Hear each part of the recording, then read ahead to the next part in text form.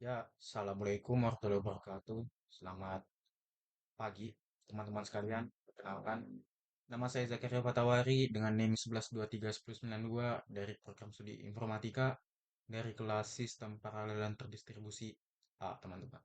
Di sini saya mau mendemokan tentang proyek UTS dari mata kuliah ini, yaitu tentang POP-Shop Aggregator yang akan saya demokan pada video hari ini. Sedikit kita pengantar dulu ya, sedikit konteks dulu teman-teman. Nah, di sini sistem yang dibuat di sini ini adalah sistem pub sub log aggregator yang dimana kalau kita bisa bayangin itu ada banyak aplikasi yang nge-publish log. Lalu ada consumer yang narik log-log itu buat diolah. Nah, jadi tapi kita punya tantangan di sini teman-teman. Tantangannya itu ada di dunia nyata. Misal kalau pesan itu bisa dikirim dua kali karena retry atau bisa nggak berurutan atau juga servisnya itu juga bisa crash teman-teman.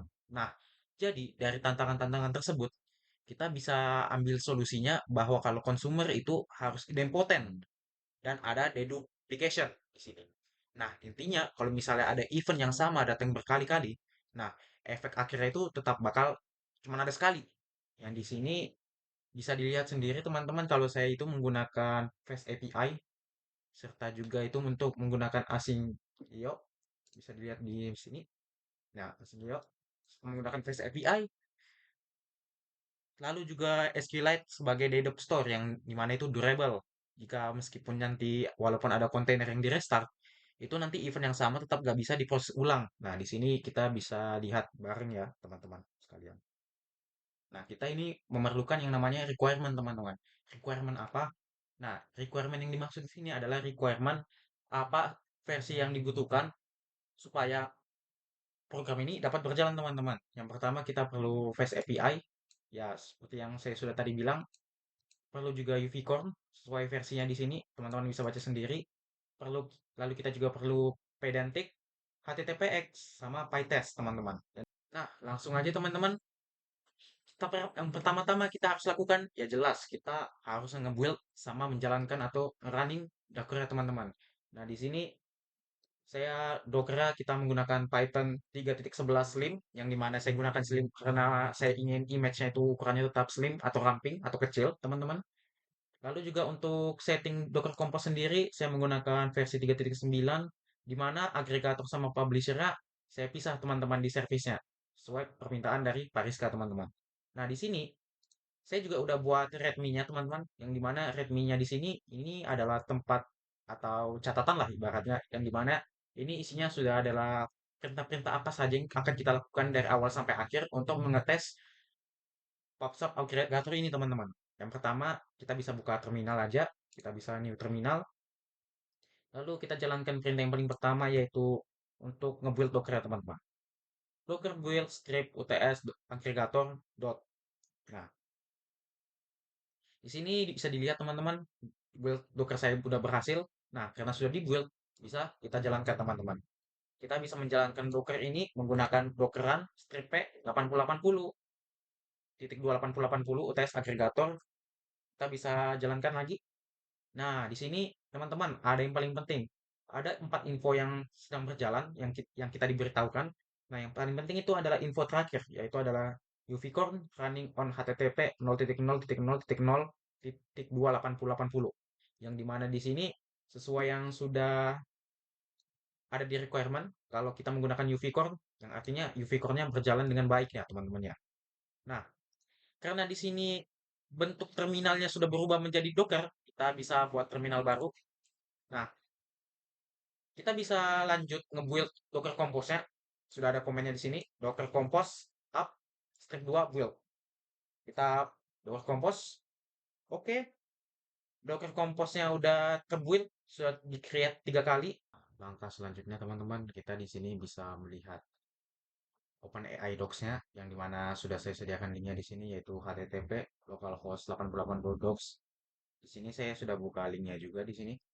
Nah, sini di Fast API Docs-nya ini kita bisa dapat beberapa event, yaitu pertama kita bisa melakukan endpoint publish, lalu di sini kita bisa melakukan endpoint events yang kita pakai itu buat event unik, serta endpoint stats yang dimana di sini buat metrik berapa yang diterima, berapa unik, dan berapa duplikat yang dijatuhkan.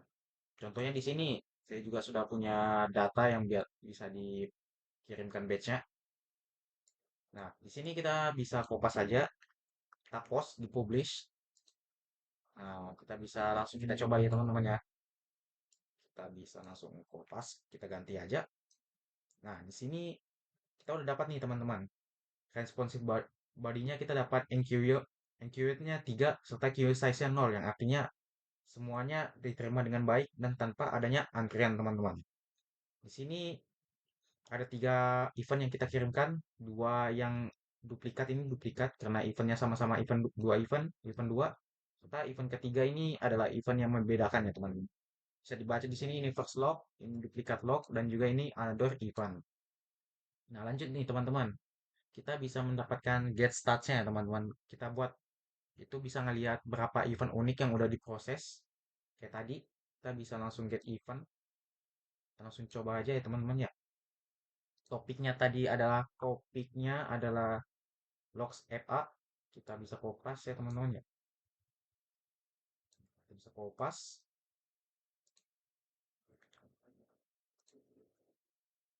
Nah, sini nah teman-teman. Nah, karena tadi ada 3 event, tapi dua diantaranya adalah duplikat, yaitu event yang dua, maka responsifnya cuma menerima 2 event, yaitu event kedua dan event ketiga, karena salah satunya adalah event duplikat ya teman-teman. Nah, first lognya tadi kan ada duplikat ya, duplikat log ya teman-teman, yang diterima cuman first log saja, keluar dari event. Lalu lanjut di sini teman-teman, kita bisa melakukan get event topik di sini. Get event di sini ya teman-teman ya, untuk ngelihat berapa metrik yang diterima, berapa unik dan juga berapa yang didapatkan. Execute. Nih, kita bisa lihat nih teman-teman.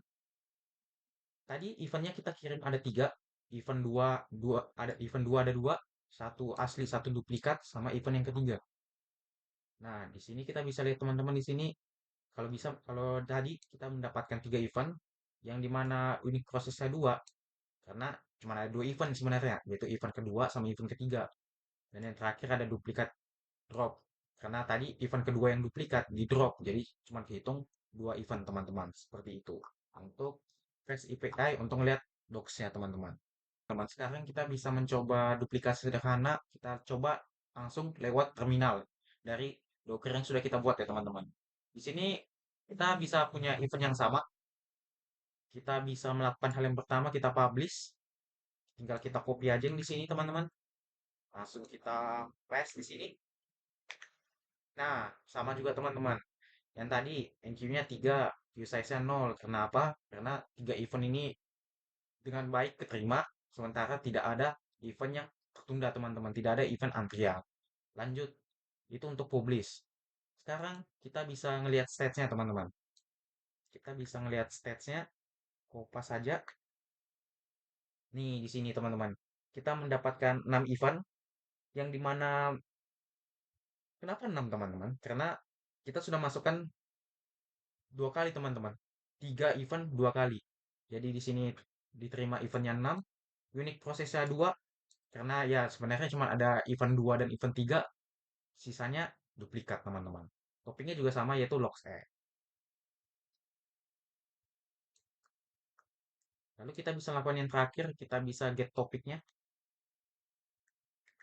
Nah, get topik. Nah, seperti yang tadi, kita diperlihatkan event-event apa saja yang real teman-teman, tanpa adanya duplikasi di sini. Karena cuma ada 2 event, yaitu event kedua dan event ketiga. Nah, selanjutnya teman-teman, kita akan melakukan uji idempotensi pada program ini. Sekali lagi saya ingatkan pada teman-teman kalau misalnya idempotensi itu diuji untuk memastikan. Misalnya kalau ada event yang dikirim atau diproses berkali-kali, hasilnya maka tetap sama seperti diproses sekali. Jadi misalnya kalau ada event dikirim banyak kali, itu bakal mencegah supaya terjadinya perulangan sehingga eventnya hanya terhitung seperti cuman ada sekali saja teman-teman. Nah, di sini saya sudah punya kodenya juga, tinggal kita copy, bisa kita paste saja di sini langsung teman-teman. Nah, di sini saya kirim event baru yang dimana eventnya topiknya adalah persis. dengan event dengan ya teman-teman eventnya dengan namanya Persis. Di sini bisa kita langsung cek aja ya teman-teman topiknya. Dia pasti cuman bakal ada cuma satu event. Nih, topik Persis dengan event ID Persis 1 di sini teman-teman. Nah, setelah kita kirimkan ini, kita bisa melakukan restart service di sini teman-teman. Kita bisa docker stop dulu. Kita stop dulu Docker dari berjalan. Oke, Docker sudah berhenti. Lalu kita run kembali Dockernya teman-teman. Di sini kita run lagi Dockernya, jalankan kembali. Nah, di sini bisa terlihat lagi ya teman-teman kalau UV core-nya berjalan lagi di 0.0.0.0. Nah, karena dia sudah jadi Docker, maka kita kembali lagi, kita bikin terminal baru lagi. Nah, di sini teman-teman kita bisa kirim event yang sama lalu di drop. Sebentar, saya cek Docker desktopnya untuk memastikan. Nah, sudah berjalan dengan baik teman-teman di sini. Nah, kita bisa langsung saja kirim event yang sama lagi di sini. Kita kirimkan lagi event tadi, event persis. Nah, kembali lagi ya teman-teman, cuma ada satu, tapi kita cek lagi teman-teman, apakah memang cuma ada satu atau dia bakal keduplikat. Nah, benar ya temannya, benar-benar ya teman-temannya. Dia cuma menerima satu event saja teman-teman, meskipun tadi sudah ada persis sebelumnya, cuman karena di sini tes idempotensinya berjalan dengan baik, maka dia cuma menghitung kalau misalnya cuma ada satu event persis yang telah dikirimkan teman-teman di sini. Cuma ada nerima satu dan unit prosesnya cuma satu karena pada dasarnya cuma ada satu event teman-teman yang berjalan. Nah, lanjut di sini teman-teman. Di sini kita bisa validasi skema ya di sini ya teman-teman. Validasi skema itu tujuannya buat apa sih? Nih, validasi skema ini tujuannya kalau misalnya kita pakai Pydantic yang tadi ada di requirement. Nah, di sini Pydantic. Misalnya kalau kita mau coba, itu nanti bakal misalnya kalau ada event ID yang wajib string, maka timestampnya dan payloadnya itu juga harus objek. Yang misalnya kalau invalid, maka server bakal balas 422 per 400. Yang penting supaya dedupnya itu nggak ketipu sama data yang setengah matang di sini teman-teman. Kita bisa langsung jalankan aja ya kode yang di sini teman-teman. Kita bisa jalankan. Nih, sama aja ya lagi ya teman-teman ya. Event topiknya bed, dia bakal menerima satu doang di sini teman-teman. Lalu yang terakhir itu kita bisa melakukan uji stress mini. Misalnya kalau ada 5.000 event dengan 20% duplikat. Nah, di sini teman-teman saya udah ngebuat event yang dimana dia bakal menerima 5.000 event. Yang dimana di sini itu misalnya kalau misalnya ada 5.000 event dengan 20% duplikat. Nah, maka tujuannya itu supaya nunjukin kalau antrian sama escalate-nya itu cukup responsif untuk membuat workload kelas atau tugas di mini proyek. Nah, misalnya kalau kita nanti cek di stats, itu bakal ada angka yang kurang lebih dari untuk bagian uniknya itu bakal kurang dari 4.000. Sementara duplikatnya bakal 1.000 karena ya 20%-nya dari 5.000 adalah 1.000 teman-teman. Ini kita bisa langsung cek aja sendiri ya teman-teman. Kita jalankan event 5.000 event tadi. Nih, kurang dari 60 kurang dari 60 detik ya teman-teman. Bisa langsung jalan nih. Di sini dia sudah menerima 5.000 event. Tapi kita bisa bakal cek nih teman-teman. Apakah eventnya itu unik 4.000 dan duplikatnya itu 1.000? Kita bisa cek di sini. Nah, benar ya teman-teman. Dia menerima 5.000 event dengan unik prosesnya itu 4.000 serta di duplikatnya 1.000. Ya, bisa lihat di teman-teman di sini topiknya adalah bad, persis, sama stress. Kalau teman-teman bingung kenapa ada 5.002 padahal kita cuma kirimkan 5.000. Nah, tadi sebelumnya teman-teman kita ada mengirimkan topik persis dan juga topik bad ya teman-teman. Jadi persis sama bednya tetap dihitung di sini. Jadi tercapai ya teman-teman di sini. Kita bisa menjalankan unit test yang terakhir kali. Di sini kita bisa menggunakan pytest.v, pytest string v. Di sini kita bisa pakai. Dia pasti akan berjalan. Nah, dengan baik teman-teman. Semuanya lulus teman-teman. Tes dedupnya berhasil, tes persistennya berhasil, tes skemanya berhasil. tes stage eventnya berhasil dan tes stressnya berhasil ya teman-teman. Semuanya berhasil. Jadi program di PubSub Aggregator ini insya Allah 100% bisa berhasil ya teman-teman. Jadi sekian untuk UTS PubSub Aggregator saya ini. Saya Zakaria Fatawari dari kelas sistem paralel dan terdistribusi A. Ucapkan pamit undur diri dan terima kasih.